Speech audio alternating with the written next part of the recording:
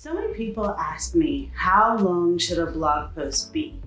And that's a really tricky question. In today's SEO tip, I wanted to tackle the sweet spot for content. Ideally, the more meaty of a piece that you can put on your website, the more traffic and trust Google brings to you. So we have found at Guardian Owl that anywhere between 1,200 to 1,500 words is a sweet spot for content.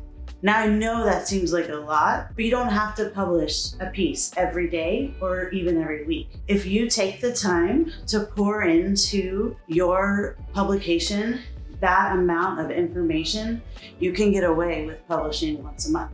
A good way to accomplish such a lengthy article is to do a top 100 list. So top 100 things you need to know about your business. I'm sure you can come up with those, and people are intrigued that there is such a lengthy piece about the particular topic that you're writing about. Try it and see what happens.